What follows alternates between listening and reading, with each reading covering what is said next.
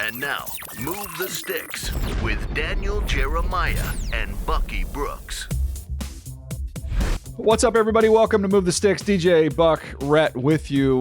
Post-Combine here. All of us kind of been on the move and busy handling all the Combine business. It's been fun. Appreciate you guys and all the great work you've done on the podcast. And it has been great. I mean, it's been phenomenal. If I have to say so myself. It's been phenomenal. It's consistent. I feel like I'm like an absentee father. Yeah, you are. Combine week, and I'm not proud of that, but I do. You come back in. Do feel good about the performance there in my absence. So appreciate you guys. Buck, how you doing, man? Good, man. Let me commend you on all the great work, because that is a long shift over 4 days of talking about anybody and everybody related to the Combine. Some of the jokes and stuff hit. Some didn't. Some did not. Some did. I try. Bucky taught me that. Shoot or shoot, man. Should we trying to be positive? No, but it was great. I think to me, what the Combine really signals, I know there's a lot of prep that goes into it, but to me, coming out of it is when the work really starts. Like, now that we know the names, we've seen the guys work out, we have the film, we've had enough conversation with our buddies to know about the background, we've seen the workouts. Now, I think we used to have the thing like the first part of the pre-draft parties, hey, let's get them in the neighborhood. Yep. Now it's about time trying to put them in the right house. And I think coming out of the Combine, there's some houses that we need to occupy. We need to put some people in. That's perfect. Hold your thought there, Rhett. Because I got no. I want to. Let's just jump into it. It's time for the lead block presented by T-Mobile for Business. Football needs a network willing to go the extra yard. So do you. Go further with T-Mobile for Business. So I'll get to you first on this, Rhett, because this was one of my takeaways. When you're on the plane and you're flying home, you're trying to think of like, okay, what did we just see? What does it all mean? What are some of the takeaways? I think, to me, it was what Bucky said about, finding these houses inside the neighborhoods now that we've got them. So I want to go through a couple positions and tell you what I think the key conversations are going to be. In other words, like we're framing the debates now that we've kind of clumped guys together. Some guys fell out of clumps, some guys entered into clumps, but there are some good conversations to have there. So I thought we could kind of rip through some positions and have what the conversations that we're all going to be talking about as we head up to the draft. You ready to roll? Cool. Let's do it. All right, let's start. First of all, I'm just working through my sheet here with corners. There's some interesting conversations to be had at the corner position, and I'll start with one right up there at the very top, which is a fascinating debate. Rhett, I'll go to you first. Jahdae Barron and Will Johnson. We did not see Will Johnson do anything. He made and weighed and measured. He was a little under 6'2", 194 pounds. Barron was 5'10", 6", so almost 5'11", 194 pounds, the exact same weight, so a little sturdier. And he went out there and busted out a 4.3 940. And you love that, right? And I think we've talked about, the 40 having purpose still, and certainly for defensive backs. And I think that's part of what, part of my disappointment in not seeing Will Johnson is I think, kind of wanted to see what that long speed was going to look like at this point after not seeing him a lot during the 24 season, having a really good tape 23, and then just only seeing him for a handful of games in 24. So I wish we would have gotten a chance to see him, but I think what it did was it may have pushed Jahdae Barron, up even more. If you didn't have him as cornerback number one, maybe this is an area where he's clumped together there with Will Johnson. And because we saw what kind of long speed he might have, what kind of athleticism he has, maybe he jumps up there for those that had it flipped before. That feels like one of the conversations that you could be having, certainly with those two guys. And then, my next piece that I'll throw into the chat here, as you guys batted around as well, is, what does Maxwell Hairston running sub 4.3 do for him as he tries to jump in to that upper echelon of corners as well? Yeah, I think the first part of the conversation is interesting because Will Johnson and Jahdae Barron, I think the versatility that Barron displays, being able to play inside and outside, certainly is going to help him. Then when you add in the time, right, that time speed that everyone will see on the card when we're having the debate in the looks room. Good in the draft room, Buck. That card looks pretty good in the draft room. It changes, and it can't tell you how it impacts and influences coaches when they look up. And I don't care if it's 4.39 or whatever it is. When a coach looks up and sees 4.3 in his mind, he's like, oh, he's a 4.3 guy. And then when you add in all those things, it makes him a very attractive candidate to be maybe a top 15 player when we're talking about cornerback. Will Johnson has a few things working against him. One, not working out at the combine, but two, the injury plagued final season where we didn't see him play play like he played the previous year.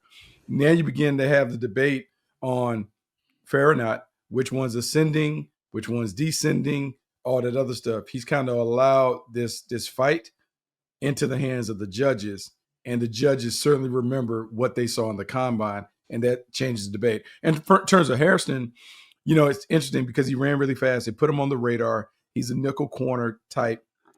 The speed, the athleticism that you see, he can tackle, all those things at Kentucky. He didn't have the greatest final year, but man, like we talk about the combine and how it can just be an eye opener. That athleticism will lead people to go back and do a deeper dive on him because, man, we certainly love fast guys whenever we have an opportunity. And DJ, just to double back on that as it comes back to you here, I mean, I think he's having a really nice draft season. Talking about Maxwell Hairston, exactly, like showed some sticky coverage skills, in Mobile, and then you see the athleticism. He's got ball production from 23 that was really good with 5 picks. So, like, I just think again, we talk about building, throwing everything into the gumbo pot, for the draft profile. That's a guy to me that feels like he's creating some good flavor. Yeah, I had him in in the 30s on my list. So let me pull him up here. He was 43. He'll move up. He'll definitely be in the 30s, if not the late 20s when I come out with the updated list. And it's interesting. And people I know will. I'll just jump the gun here because I know reaction will be when you see movement. But at this point in time in the process, people are going to go like, you overreacted to the underwear Olympics and this, that, and the other. And I want to give you an example with Hairston. So Hairston, one of the issues with him, obviously you wish he would have stayed healthy and had the same year he had in 23, but the tackling was not as good this year. Mm-hmm. So you learn when you get to go to these events and be around people and talk to different teams and different sources face to face and get to know the kids, that he had a shoulder issue that was bothering him there. So you can excuse away some of the tackling. That's just one small example. There's other examples of, man, I did not like the way this guy played in X game. Like, you know what? He was sick the whole week, didn't practice at all. He tried to gut it out and play, and you didn't get his best effort. Or he was playing we use a different technique in this game versus that game. What I'm saying, Buck, is that, we're putting these puzzle pieces together. And we'll get to it. We'll get to these other positions, but I'll give you one quick example of another way I'm talking about. Like we're going to have a conversation. We'll get to offensive linemen in a little bit, but like Booker and Gray Zabel, and they're going to say, well, how the heck could they have been 20 spots apart and now they end up flipping? Like that's a massive change. Well, if one guy comes down 7 or 8 and the other guy comes up 7 or 8, it's the same. You're going to see movement like that, and that's not a media thing. That's going on in draft rooms in all 32 teams. Yeah. Yeah, I think it is. And I think people have to understand like part of the process when it comes to the combine and how it factors in there. It's not necessarily that the combine can hurt you, but what it does do, it illuminates some of the things when you have guys that are in those clusters. We always like to use cluster buster on path to the draft because you got a bunch of guys that are closely graded. Well, the athleticism component certainly can change and rearrange the order depending on what your said prototypes are. I think for some of these guys, we will see some shifts and some tweaking of the order. There shouldn't be any what I would call catastrophic drops, but there's going to be some change. And at the end of the day, and we say this, the job is to get it right by the time we get to draft day. So whatever it looks like, but the job is to have the rankings right by the time we get to draft day. And part of the process is being able to scrimmage it out, looking at the film, looking at workouts, talking to people, all of that. So you have a comprehensive profile on the prospect so we can give them their appropriate grade. Let me just one final thought on the clusters, right? I think a lot of times during the combine we talk about who made money, and I think in those clusters, if you're able to separate yourself a little bit and move up, right, you're gonna make some money. And just to give you a sense, like if we're talking corners, right, feel like Will Johnson and Jahdae Barron are first round talents, right? Going to go in the first round. Let's say that Barron now gets the nod at 10, and Will Johnson, let's say goes off at 15. That's a $6 million difference in terms of the rookie pay scale. Mm-hmm. I know at the end of the day, like, those guys are going to get their big money in their next contract, but it is real when you say guys made money. Yeah, no question. And last corner, and then we'll move on to safeties here. Trey Amos. This is a classic example of somebody who I mean, had a monster combine. He goes out there, runs 4.43. When the only question on your tape is your deep speed, and for me with him, it was the LSU game where I saw them run away from him a little bit. Now, and I'll find out more. I'd love to hear from him and talk to him about that. But that was my only reservation. The rest of his tape was exceptional. He's got eyes, he's got instincts, quick feet, he's fluid. And all of a sudden now you look up and you're like, okay, well, he's got a 4.43 next to his name. So that certainly doesn't hurt things. I think he's going to go in the top 50 picks when it's all said and done. And now you look at Azariah Thomas, who does not run, who's the big corner. So the corners that I have ahead of him, right? These are the corners I have ahead of him. Ravel's coming off of injury at East Carolina, so obviously he couldn't run. Benjamin Morrison coming off injury, he couldn't run. Azariah Thomas coming off, just did not run. And those are the ones right in front of him with Maxwell Hairston in the middle of that pile. So Maxwell Hairston is going to go up, but I'm gonna have a hard time with Amos having that type of tape. And then now I factor in that he's healthy, more healthy than the other guys. And I know he's a 4.43 next to his name now that answers some of the speed question. Like all of a sudden you look up, Buck, and that's a guy who might have climbed over 4 dudes coming out of the combine. Famous Amos, as we like to call him. Yeah. On the Combine Today show. That's right. We called him that. We did. Yeah. So did you really tell that? We did. I did. Just because we were talking about cookies or whatever. Cookies. I was like pantry or whatever. Pretzels But too, right? Yeah. it makes a lot of sense. And there wasn't this buzz around the cornerback class coming in where we talked about a lot of high-end guys. We talked about Travis Hunter and we talked about Will Johnson. They were the brand names. Yeah. Barron jumped into the conversation running fast. I feel like coming out, there are probably more teams that feel confident about the class just because the athleticism was a little surprising. And then when you saw the movement skills, it probably gives you hope that, like we always see in the second round, we normally see a run where we see 7 to 8 defensive height, weight, speed corners. Well, look no further than that. Darian Porter, right, of Iowa Yes. State, who blew it up, right, kind of in the same way that Tariq Woolen did, a couple of years ago, ended up getting drafted in the 5th round by the Seahawks. But Porter, I mean, as we saw, though, in Mobile, struggled a little bit there in practical situations. But now, is back in the headlines because he had an absolutely insane combine. So yeah, 100%. All right, that's a wrap for the lead block presented by T-Mobile for Business. Football needs a network willing to go the extra yard. So do you. Go further with T-Mobile for Business. Let's rip through a couple more positions, and then we'll take a pause here, and then we'll get through it. Let's get to the safeties right there at the very top. I had this conversation with an assistant general manager this morning, which is it's going to be a fun debate because they're so different. But Nick Amenwari, coming off one of the best combines at 6'3" and 1/8", 220 pounds, ran 4.38, jumped out of the gym. I think he vertical 43. Stupid. And then Malachi Starks, who on the card, he's 23 pounds lighter, he's 2 inches shorter, and he ran 4.5 flat, so didn't run nearly as well. He's not the height, weight, speed, but had a phenomenal field workout, like outstanding, big time movement skills. And on top of that, talking to teams, interview-wise, off the charts. Like, this dude is incredibly sharp. He's intelligent. He's a leader. He's got a presence about him. So, Buck, they're going to almost play 2 different positions, even though they're both safeties. But that's a good debate, man. And I think it's a really good debate. I'm moving Starks way up from where I had him, and Amenwari already had in the low 20s.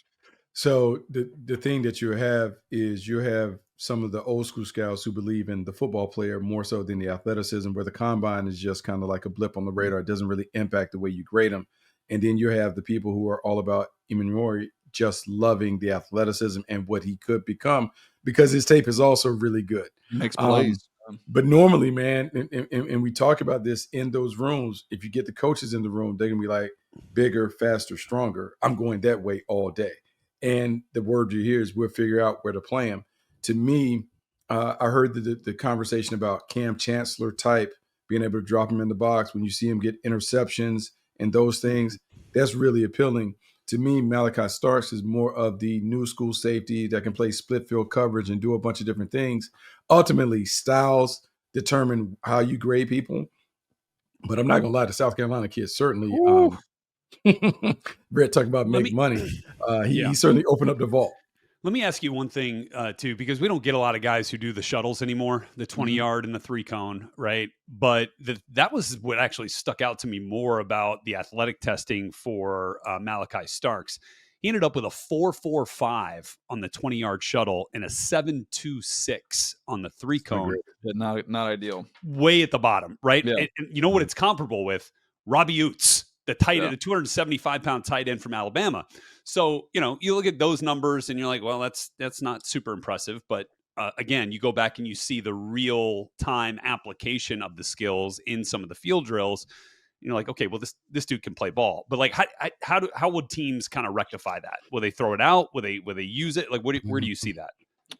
Well, first of all, let me just pull up something else, because again, this is the way it is when you have a lot of numbers involved, right? So you can go to those shuttles, and that's, historically speaking, that has a lot of impact. But with all the data that we have now, with all the player tracking data, I thought this was a great nugget on him. Let me pull it up here. I pulled it up on Starks. Going back through all my posts, Deebo Samuel got traded. Let me see, because I know that he was way up there. Here it is, right here. So Georgia safety Malachi Starks recorded the fastest top speed among safeties in 5 different drills: the short shuttle, the gauntlet drill, the line drill, the W drill, and the Terrell Austin drill. So, so we can look at the shuttles and stopping and touching a line, or we can actually watch him go through football drills with however many other guys are all out there, and he's literally the fastest guy of all of them playing football. So, that's Buck, awesome. I think that's taken some of that new school data that we have, and not being so stubborn and maybe so rigid with some of the other stuff. Yeah, it does help us with the new school data, being able to look at it and kind of put it into a bucket that helps us. At the end of the day, though, typically the better football players play well, and we don't want to be so swayed by workouts that it prevents us from looking at really good football players. And the most recent example that I use is, look, 2 at safety, Kyle Hamilton, who was clearly one of the best football players in the country. He drops because he doesn't run fast. And then Brian Branch. If you look at Brian Branch play for the Detroit Lions, he plays like a blue chip player. He was a first round talent. He goes into the second round, and when he puts the pads on and plays real ball, he plays like that. Malachi Starks will probably fall into that category. The other guy's a decathlete, though. Yeah, South Carolina's a decathlete. Like, and he takes it away. It's hard to argue. It's hard to argue. Takes it to the paint. I mean, there's something to be said for when you get your hands on the football, taking it to the paint. Because part of this is a beauty pageant, and no doubt, right now he's the belle of the ball. All right, guys, I'm just moving down the line here. Let's go to defensive tackle. We look at that defensive tackle workout. I'll give you an interesting little cluster of guys here. We didn't see anything from the Michigan guys. Mason Graham, Kenneth Grant. We got to wait for the pro day. Walter Nolan did not run.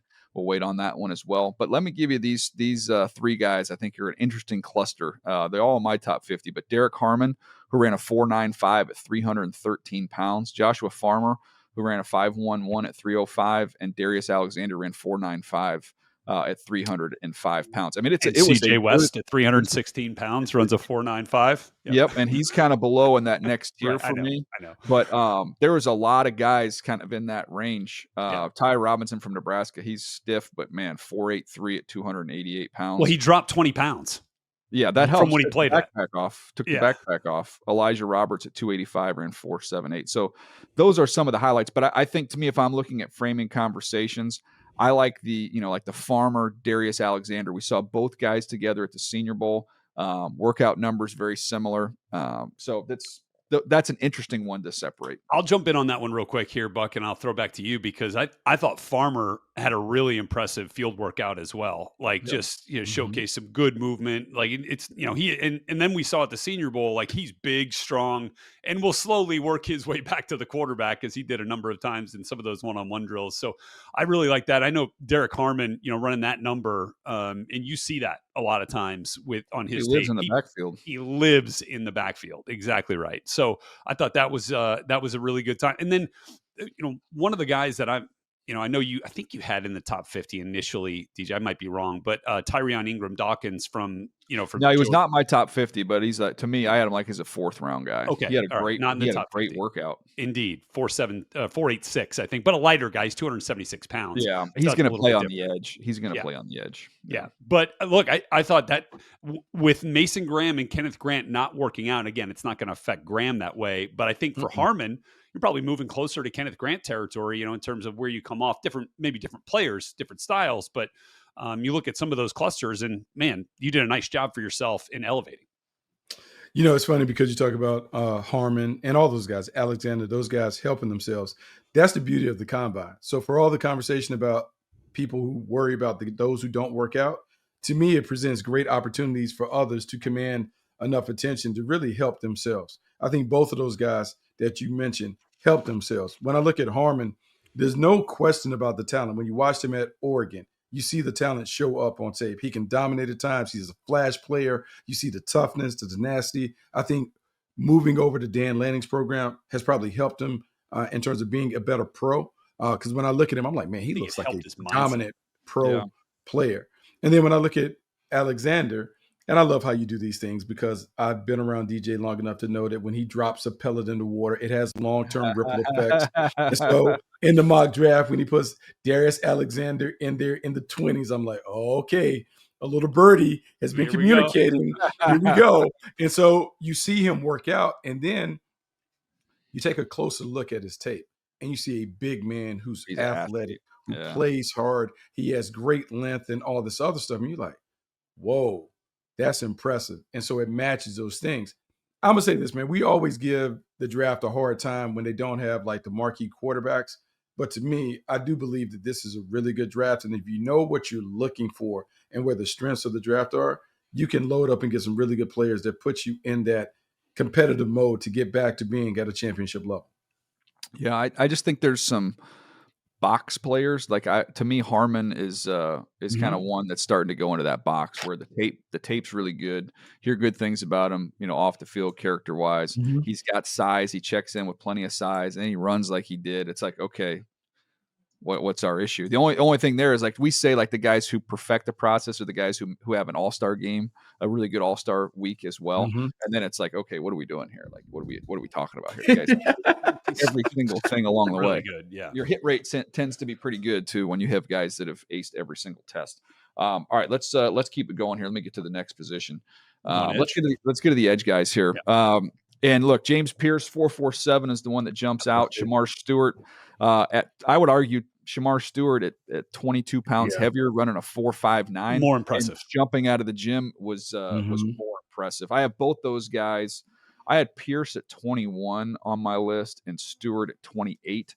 I feel pretty confident Stewart's going to go ahead of him, and I would guess those guys. I think they're both gone by the early 20s. I think they'll come off the board. So it's funny, right? Because we'll talk about the elephant in the room with James Pierce. Like a lot of Pierce's kind of slotting on the board has to do with the character rumors that go up out there, like not being a good teammate and all this other stuff. But when you go and you put up the kind of stuff that he put up at the combine and talking to some of the colleagues that weren't really high on him before, the tune was a little different afterwards. I had some people saying, background's a little tough. It's kind of, it's kind of amazing that he's made it this far considering the adversity that he felt with. Hey, maybe it was more the environment he was in college. You pull him out that environment, this and that. What it always suggests me with talent brings about tolerance. And there's some people that are finding a way to talk themselves into being more tolerant of a player who is a proven sack artist, who has great athleticism. And then when you watch the on-field drills, DJ, it was like he was in his comfort zone in terms of moving around. And so I can understand the conversation.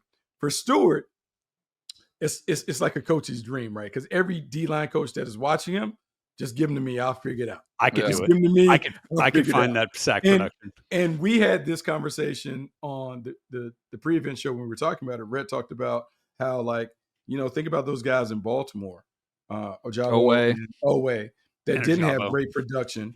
Ojabo, they didn't have great production in college, but they were super athletes. And you look up, and in Baltimore, they're able to have success.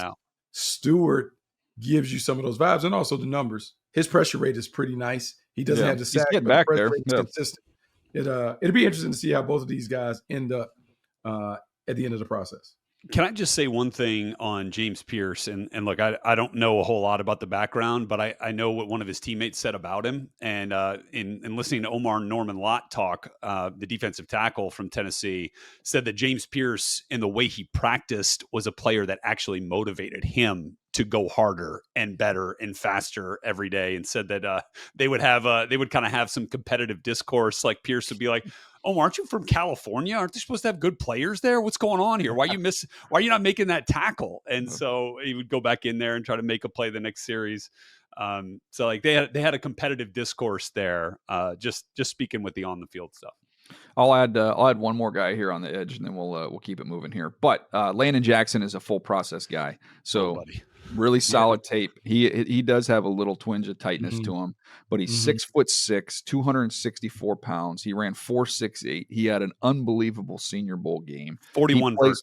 Yeah, he plays with energy and effort, and all the explosive testing is off the charts. So he's going in the top 50 picks. It's just a matter of where he goes. To me, he feels like, if I was going to guess, 30 to 40, he comes off somewhere in that range. But that's someone who has taken advantage of the spring process to really finish strong here. As we By the way, DJ, did it register for you with the edges that Oluwafemi Oladejo enjoyed the combine drills maybe more than anyone with the big smile, the joy and the sounds that he was making, encouraging everybody out there. That's who he was. So good. All right, Buck. Let's get to the next position here again. We'll step on the gas a little bit. I teased it earlier. Let's get to the interior offensive line. Talked about Tyler Booker and Gray Zabel. Gray Zabel, 6'0", 312 pounds. What was the vertical? 36 and a half, something like that. He's helped himself. He's continuing to climb. He was my 29th player. He's going to probably be up there around 20. Armand Membo, if I told you at the end of the day where we are right now, it's 6'0", 332, 33 and a half inch arms, 4'9", 140, which was freaky. And just to watch him move, it was real effortless and easy. He is going to be the first or second offensive lineman taken.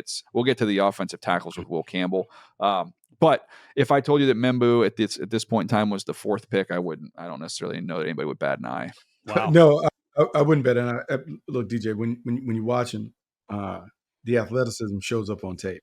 Like when you see him pull and clean it out and finish with violence, and he's heavy-handed and he just moves well. And it's funny because Missouri used to have a thing with their D linemen where they talk about Mizzou made. When you start looking at the way that they're able to play in the trenches, you're going to have to give the same kind of credit to their offense. This is a dude that is extremely athletic. You don't see big men move like that, but his nastiness, his feistiness at the point of attack, you love. And then to back it up with the athleticism that he displayed at 330 pounds, it's not fair to have guys that can move like that. Yeah, Zabel was 36 and a half. You were right on the vert. Yeah. I mean, that's incredible right there for a guy, well over 300 pounds and that tall too. So, I think Zabel, again, put him in that bucket with the guys who are acing the process from start to finish at this point. And with Membu, I think we'd probably already be there on him if he was able to compete in the Senior Bowl. He was there. He got sick and had to go home. And I think, but we're getting there. We're obviously getting there on him. Where are we at, like, with the guard tackle discourse? He's going to play tackle. And let me give you what we cooked up here. This was after the fact, so we didn't get a chance to say it on the air. But Jack Andrade, who's literally a godsend, who's so good with this research stuff and is able to pull things from the past and constantly going over different names and pull this, pull that. How about this one? Let's Membu versus Rashawn Slater. You ready? Yeah. Membu 6042, Slater 6042. Arm Membu 33 and a half, Slater 33. Bench Membu 31, Slater 33. 40, Slater 488, Membu 491. Vertical Membu 34, Slater 33. Broad jump Membu 97, Slater 94. The only difference being Membu was 20 pounds heavier. He was 332. Slater was 304, 28 pounds heavier. Yeah. I mean, ridiculous. So if you're the Patriots at 4, I mean, then this, I guess, will get us into the tackles, right? Is it Membu versus Campbell? Is that the decision that you make if you're going offensive lineman? 100%. And I think they'll go off I would bet they go off within 5 picks of each other, and I would not be surprised at all, because you're going to look at it and say, "Oh gosh, Membu is." I mean, look, the vertical and the jumps and everything, and the 40 was great for Will Campbell. He did. I mean, he's my top guy, and it's going to be close, but I'll probably still have Campbell. He's got unbelievable feet and the ability to recover. I wish he was longer, of course, but man, I don't know if you guys the difference. Well, no, just the shoulders, like oh yeah. Will looks so narrow and Membo looks so broad. It just is a different looking dude, Body you type. know? Yeah. I was just saying, I was worried when I was watching him work out, like as you guys were on the broadcast. They had a couple of slips. Early. He's fine. He's over aggressive, and then he just settled in. Yeah. And he had on those brand new shiny purple shoes. Purple shoes. You know, those purple shoes probably got him. But look, I'm not worried about him. But the conversation, when you begin to get close about Membu and just seeing how big he is, and that the physicality and what he brings to the table. And I know we talk about him playing opposite tackle, but I think we've also grown increasingly more comfortable with dominant interior blockers being guys that you can grade as a top 10 player, regardless of how we position him at the next level. He's a top 10 talent. Let me ask quickly, just real quickly, about a potential cluster of players here at the tackle spot. And let's throw from Iowa State, Jalen Travis in there. Yep. Let's throw from Kansas, Logan Brown. Let's throw Ariante Ursary from Minnesota. Like, where is that a tier of guys at that point, at that position? Well, I have some of those guys as interior guys and some of those guys as tackles. So gotcha. When I look through there, my tier, first of all, Marcus Bowe worked out really well in the field workout. And his arms magically shrunk an inch, which again, that's another conversation for another day. Come on, guys. Have the same guy do it at the All-Star games, does it at the combine. No, don't get me started. But I have a nice little group together here. I have Jalen Travis, Logan Brown, Anthony Belton. Those guys are all together in my little clump right there. All as 61s, all as like third round type guys. Gotcha. So that's going to be fun. And those are that's a good conversation. Ursary is just below them. And I know Ursary, most people have him higher, and ran 501 at 331 pounds, was impressive. I thought he's a little bit tight, which, that bugs me a little bit, but I think those are interesting clumps to sort out. Bowe and Trapillo for me, are a little higher. They're a little higher. They're a little bit up there with Charles Grant, who we didn't get a chance to see work out, who, by the way, was 290 in the spring and checked in at 311. Buck, what are the odds when you put on 21 pounds that you don't run at the combine? Have we ever seen it's like standard practice? Hey, my only question is he's a little bit light. Okay, I'll just throw on 20 pounds. Can he still move? I don't know. He didn't run. So it's the same thing going up and coming down. We saw guys that dropped 20 pounds and then they ran faster, but you wonder, well, what is going to be your playing weight? Because ultimately, if you're not going to play that light, it doesn't matter. It's one of those things. I think our job is to kind of parse it out, sort through it, or whatever. But yeah, it is funny to see the heights and weights, and then we'll get to their next pro day and they won't weigh in, but they'll run, and we'll be having the same debate for the rest of the process. So if we're thinking of a shock pick, by the way, and I guess it shouldn't be a shock as we continue to climb through it, but I mean, we were there. I mean, Zabel was dominant at the Senior Bowl. Yeah. Dominant. So this is what Jack cooked up. So I'll give Jack credit on this. Again, this is Jack, not me. But Jack, just tell me what you think on this. For the shocker, the Bears take Gray Zabel at 10. And here's the reasoning. Jack thought this thing through. Culture, toughness, winner. Multiple FCS titles, multiple high school state titles. Never left, loyal to his program. This is a guy, Brad Holmes and Dan Campbell would pick and not care one bit about positional value. Critics, Ben Johnson now in Chicago after having been in Detroit. Everyone's future hinges on Caleb. Offensive line has to be addressed. Ryan Poles was in Kansas City when they signed Joe Tooney, who was my comp for Gray Zabel, so he would appreciate his skill set. Some think he might be best at center. Poles was in KC for the Creed Humphrey pick. Ben Johnson had Ragnow as a foundational piece in Detroit. Then you look at the comps; they're very similar. Gray Zabel, Creed Humphrey, Frank Ragnow. You look at, I won't go through all the numbers, but they're very close in terms of those. It's incredible. Doesn't that make a lot of sense? I think you can make the argument that Gray Zabel will come in there and give him an upgrade at any one of the 5 positions. Yeah. I think the thing about Gray's able the 5-tool flexibility, being able to play anywhere along the line, being able to just show when we do the XO where you see him play. Oh, let's see you play left tackle and left guard, left center, and go all the way across. Yeah. To me, that's appealing. It's interesting that Jack brought that up about Detroit because Detroit made some picks on their offensive line that people at the time when those picks were made, they hemmed and hawed and wondered, but it's paid off. There's nothing wrong with taking really good players on the front line. We've always talked about it. It is rare that anyone looks back and says, man, you know what? We really shouldn't have added to an offensive line. That's pretty bad for us. Like, he's a good player. Which by the way, Membo into that conversation, Buck, is there, I think his floor might now be the Bears, you know? Yeah. I mean, just think about Jets at 7. Those two teams. They're teams that could use them right away. Like, why not? 4 and 9 feel like offensive lineman tackle spots, teams. and so we're going to get 2 of them. Yeah, I think that's for sure.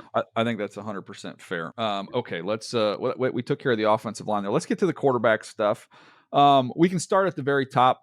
Cam didn't work out. Shedeur didn't work out. I'll just go. I might have said it on the air at the time. We're covering the event. It's great when guys throw because we get to talk about them. This is just standard operating procedure. This is what the top guys have done for a decade now. They just don't, for the vast majority of them, they don't work out, don't throw. Doesn't bother me at all. I have Cam as the top guy with him and Shedeur. Buck, I know, I think you might even have Shedeur, but I haven't seen or heard. And everybody's like, oh, is he sliding? Is this? I'm like, you know what? Nobody knows if anybody's sliding because we don't know where these teams are. We don't know where they were. So, but I did not. I would say just in talking to buddies around the league and aren't necessarily picking quarterbacks, you just get straight up, what they think. I would say a very high majority of them would have had Cam at this point where we are right now. And again, these teams aren't taking quarterbacks, so I don't know that it matters. No, well, and I think it's really easy to pick Cam over Shedeur if we're doing the evaluation on the tools. His tools are more impressive than Shedeur Sanders. He has a bigger arm. You see the wild throws more than you see Shedeur, and you see the athleticism that Shedeur doesn't have. To me, Shedeur is more of a pass-first point guard where he's going to be very dependent upon what is around him. He doesn't have the creativity to be able to make things happen if it all breaks down. And that leads to some of the bad plays that we saw on this tape in Colorado. To me, though, I think you can look at Shedeur and say that he can be a starting quarterback in this league. I think some of the discourse that I've been involved in, and I try to stay off X, DJ, because are you in a tussle? No. You do not stay off. You are all in, Buck. I try not to, but I think it's ridiculous if you say he's an undrafted player. So I just have. Who said that? Yeah. They need to deactivate the account. So that part of it, like, I would say this, and it's similar because there have been times in the draft room where you give people second round grades and they go in the first round. All the time. Every year there's quarterbacks with second round grades that go in the first round. Based on we're grading on an ideal. We're not grading where your grades change year to year. We're grading on an ideal over time. This is how you view him. To me, he's a starting quarterback. I would think him and Cam Ward would be the first two off the board. Cam Ward is going to be really appealing for people who value traits and tools and those things. I think Shedeur is a better management player in terms of running the offense and doing those things. But we're all chasing, I would say, the elites.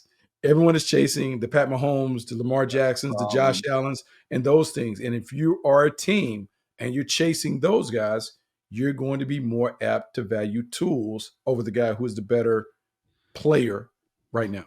So this is where I will take the conversation, because I know, and I don't know what exactly Dion has said publicly, what Coach Prime has said, and I haven't seen everything, and I get to see all the pressers and all that stuff. So I know every player, you always give lip service to the fact that you want to go as high as you can go, and I'm going to the top 3, blah blah blah. To me, with Shedeur specifically, if it was my son, if I'm Dion, if I'm Coach Prime, I want him to go later in the first round. I don't want him going to one of these crappy teams. We've just laid out the case that when he has the right pieces around him, he can be successful. So those teams picking up at the top don't usually have a lot of great pieces. So I think the odds of him being successful increase the further down that he goes. And so when some people mention a slide, Rhett, and go, oh, he's falling, he's sliding, I'm like, no, I don't look at it. I think you want to go to the best fit possible. Yeah. I do think it's kind of interesting because, two guys who I thought had, pretty good workouts from the quarterbacks that were there who had an opportunity, right, to again assert themselves in whether it's QB3 or however you want to term it. I thought Jackson Dart, threw it well, although maybe it doesn't come as naturally, to him, the easy gas type of throws. It feels like sometimes he has to put some RPMs behind it with some muscle, but I'm actually, and then Tyler Shuck, I thought, had just overall a really good day for himself with the mobility and the speed. And then you kind of go back and you put all that into focus on him. Is it possible that Shador ends up closer to Jackson Dart than he does to Cam Ward in terms of grade? I would say there's teams, yes, but when we have this is I'm glad you brought that up, because this is not a simple answer question, right? Mm-hmm. Because if you have 31 teams who feel like you're closer to Jackson Dart, and the one team who doesn't has the third, fourth, Doesn't seventh matter. pick, what the heck does it matter? Not And at there's all. nobody, I don't care how sourced you are, how many friends you have around the Nobody league, knows. nobody knows all 32 teams. Right. So I feel like that's a question that gets discussed a lot and debated a lot, and my answer to that is no one freaking knows.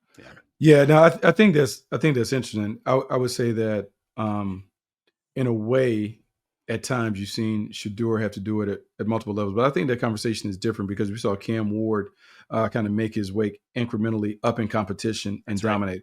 I say the same could be said for Shador, but people would contend that when he was at Jackson State, he had better talent than some of his contemporaries. When you have Travis Hunter and some of those guys, he goes to Colorado, even though they step into a 1-11 team, they would say that, yeah, you have Travis Hunter and some other guys that came along with you and those things.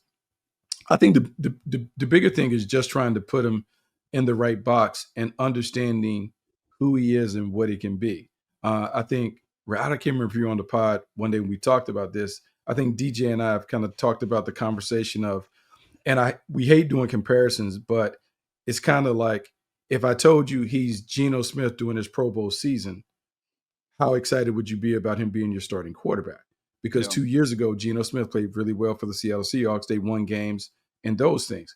His game, his style is like that. And even though Brian Callahan has made comparisons to Joe Burrow, I would believe that if you make the comparison to Geno Smith, I think what you do is you give him, you give people a fair take on what you can envision him doing without burdening him with he's going to be elite like Joe Burrow was right away. To me, I think that's a fair comparison. And remember, Geno was taken top of the second round or whatever. So those grades would probably be similar, even though I believe Shador is a first-round talent. I could see his game evolving to one where he looks like Geno Smith as a pro when surrounded by great players like most quarterbacks. He's going to be good. And so that's why that conversation about him going later could actually be better. I have one thing about the Tyler Shuck thing, and it was only a conversation that was funny, a conversation that I had on the plane where someone was like, Tyler Shuck is 25 and he was playing against like 18, 19-year-olds. Like, how do you guys kind of like break He's that going to be up? 20. He's got old 25. He's going to be 26, I think. Yeah. Fall. And I was like, I get it. Like, it's similar to like the double holdback thing in high school. I said, but what you're doing in the pros is you're trying to weigh out talent, tools, what he could be, and those things. I think he's done a really good job of jumping into the conversation. I believe his conversations with teams have helped him.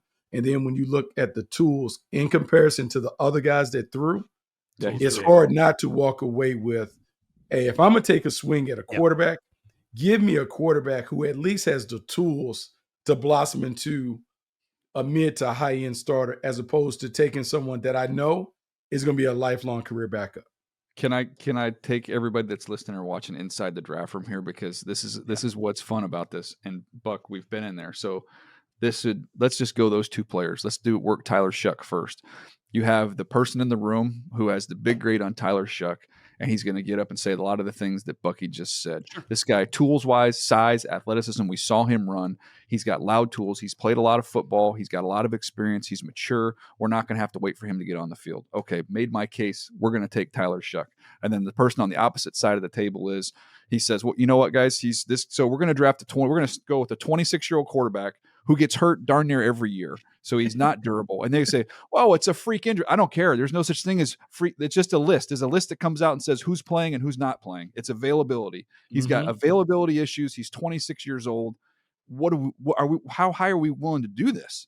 That's a conversation that's taking place on him. And on the Shedeur side of things, fascinating. This guy's taken over Jackson State and got them up and running. He's taken over Colorado, which stunk, and got them up and running. He's literally transformed 2 different places. So we have a team that's not very good. We're picking up to the top of the draft. Let's go get somebody that can change the culture. And then somebody on the other side of the table is going to get up and say, well, when he went to Jackson State, they brought in a whole new roster. They had more talent than everybody they played against. They played their championship game. They got their butts kicked when they even had better players. He goes to Colorado. Colorado has 4 players going to the combine this year. The team that won the conference, Arizona State, has 1, Cam Scadaboo. So that was the lesser of those power conferences. And he didn't take over Colorado's roster. They eliminated the previous Colorado team and imported an entire new roster. So what I'm getting at is there are arguments on each side of these guys. And that's why with this draft, more than any other I can ever remember, it is a fit draft. He fits us. We're going to value him here. The other 31 teams might not see it that way, but it is very specifically a fit draft, Buck. That's how I see it. It's always going to be that. And that's why, as a scout, you better come with all your information and your ammunition, because when we have these debates, it's point, counterpoint, until we can kind of make a case into a decision maker and say, okay, here's what we see him as. Look, it's fascinating. I just think Tyler Shutt has made the quarterback conversation more interesting because we can move beyond just the 2 top names at the top of most boards. Right. We now begin to talk about how these other guys stack in the landscape. And as a time where we talked about either you take him in the first round or you wait until the 3rd round or later, where does that conversation fall with Shutt and some of these other guys? Well, last thing I'll say on it, kind of gets into that outside of that conversation. No question. Will Howard did not have a great day, but he gets into that conversation. I mean, I thought one of the best thing that Peter Schrager did for us all week long was an interview with Sean Payton, which was enlightening in the fact that if you thought that a team is sold on a quarterback right now, probably not the case, right? Because Sean, told Peter, he's like, we didn't know Bo Nix was our guy at the combine. In fact, he didn't have a great showing at the combine, and really used the final 6 weeks. When you get in front of them, pro day, private workout, spend some more time with them, 30 visit, whatever, you have an opportunity to kind of build that comfortability with that player and with that pick.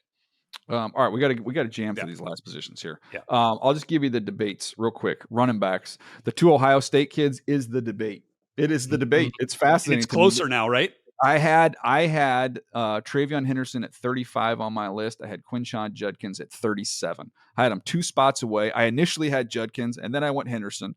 And then when I flipped to Henderson, I thought, well, I'm just going to go with the home run hitter. I'm going to go with, just more explosive and a little more valuable in the passing game. Then Judkins runs 4.48. Henderson runs 4.43. Judkins is 19 pounds heavier. So I'm like, man, this is every year there's a position and some players that it's, for me, the whole time I wake up on a Monday, it's one guy. I wake up on a Tuesday, it's the other. Such a fascinating thing, right? So Judkins shows up and kind of is the belle of the ball when it comes to the way that these guys perform. The running backs or whatever. You see the speed, you see the stuff and drill, all that. Travion Henderson, I just can't forget, though, like how he played, though. He was such a big play maker for the Buckeyes. And when you saw him get in space and all of that other stuff, I hear it. I still lean towards that because I just know watching him scoot down the sideline and the big plays that he routinely delivered. Rose Bowl, Oregon. Yeah. That was an interesting one for me because that was at that point, those were 2 supremely talented football teams. But at that point, you knew that Ohio State was that much better. Yeah. You know what I mean? It wasn't even and that's what he does. Like, he is an angle breaker, not necessarily an ankle breaker, right? I mean, those guys, you think you got an angle on him, you don't.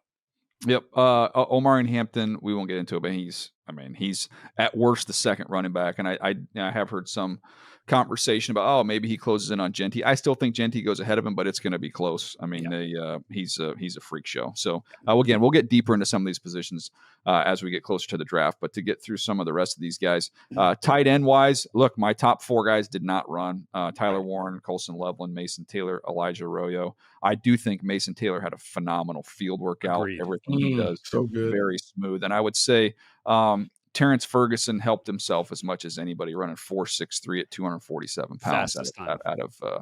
Fastest time there among that group. Let's just get to the wide receivers and we'll kind of wrap this thing up. But Matthew Golden, he's the biggest winner. He was 191 pounds, ran 4.29. The tape is exceptional. He was my 22nd player coming into this. He'll be in from somewhere between 10 and 20. I do think it's one of those deals where I had him and Ibuka next to each other, touching each other. Actually, Ibuka didn't run. I think he's going to run the 4.3s at his pro day. So he'll be very much in that conversation. Tet McMillan is not doing anything through the process, guys. And Rhett, you mentioned the difference in the money from going from 10 to 16 or something just like that? 10 to 15. It's $5 million bucks. Look, I'm all for the guys who are locked top 5 picks. Last year, Marvin Harrison Jr. decided he wasn't going to do anything. Now we can debate. I don't think he was one of the 3 best rookie receivers this last year when it was all said and done. But his draft position was secure. Yes. He didn't do anything. It didn't impact him whatsoever. He was the first receiver to go. I'm a little bit. If I was in Tet McMillan's camp, I'd be like, "Are we sure?" Like, unless, and I do have some legit concerns. Maybe he's not going to be able to run, but 4.6, low 4.6. If that's the case, then maybe that's why he's not doing anything. But the assumption that he's just locked in the number 1 receiver, I wouldn't feel great about that. No, I wouldn't feel great about it. And let's be honest, like even Marvin Harrison Jr., how fast was he really going to run? I think it's the same conversation. I think he is going to say, hey, I'm going to rest my case and make you prove against me that I'm not whatever these things that people say that I am as a number 1 receiver. But Matthew Golden running what he ran certainly changes some of the conversation when it comes to it. And when you look at the speed that is available at wide receiver, T-Mac has opened himself up to be surpassed if he was ever at the top of the board. Like he certainly is going to be vulnerable if he's not. He's going to rest on his laurels. Other people are going to be able to make stronger cases to be the top 1, 2, 3 receiver on the board. Yeah, I'll agree with you. I mean, watching T-Mac's tape, it's like does not like drive off the ball like a lot of these guys do. He's a little lackadaisical at the top of the route sometimes. Kind of relies around a little bit. Relies on the frame. I mean, like there was times like when I was watching Trey Harris, who I think surprised me. He ran 4.54 or whatever it was. Looked a little bit faster on tape to me. But I was like, God, I think Trey Harris, like the explosiveness. There's maybe even more to like there at times when you kind of watch them side by side.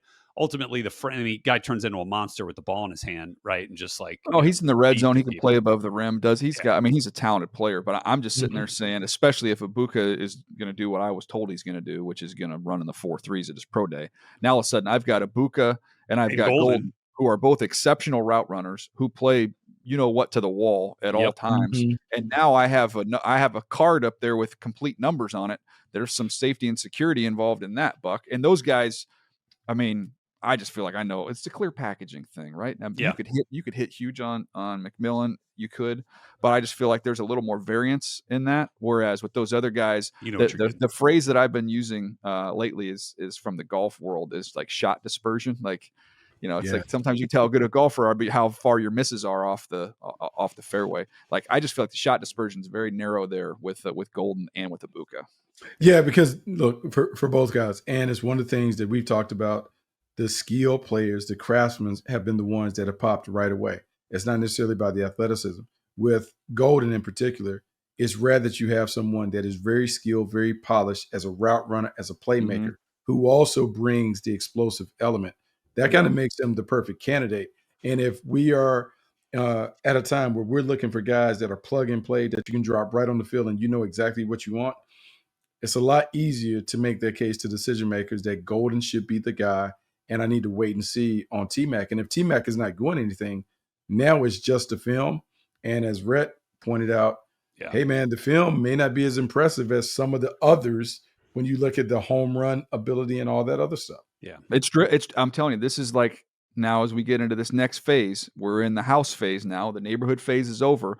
But now you're going to have people taking a magnifying glass to like those 3 guys in particular of we're going to study. I think Luther Burden is behind that group for me, but I think those top 3 guys, I know that's one of the projects I'm going to have. I'm going to take a day And I want to see everything. I'm going to go through how they do against press. I want to go through every single cut up I can find, and I'm going to sort those 3 guys out. I think it's a horse race right now. Anybody Yeah. can So the hard thing for me, like having a top 5, and the thing is, you don't put the guys that are just off the thing, right? First one out. Mhm.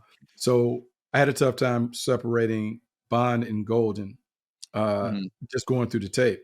So now you have this thing, and you look at them, and you go back, you're like, man, did I miss in terms of like the speed and explosiveness on tape? Did I not see the same thing? Because everyone, even Sarkisian and those guys, were surprised that Golden ran what he ran. And so the conversation that you have out of Texas is, oh, Bond is a guy than Golden. But you're looking like, well, dang, if their own coaches didn't know that this guy is more explosive, what am I missing on tape? So that conversation, that deep dive in Golden and Bond and some of the other guys at the top, it'd be really, really interesting when we talk. You know what my take is on that? They got one guy from Alabama and they got one guy from Houston. That's my take on that. Turns out the guy from Houston is just better. Yeah. Just better. Maybe that's the case. That's funny though. Yeah, that's my 2 cents. All right, we went long there. This was a fun episode, you guys. We have some veteran news that has taken place. We'll get into that later in the week, and we'll get towards free agency and have some discussions there. But that was a good one. Appreciate you guys hanging with us. We'll see you next time right here on Move the Sticks.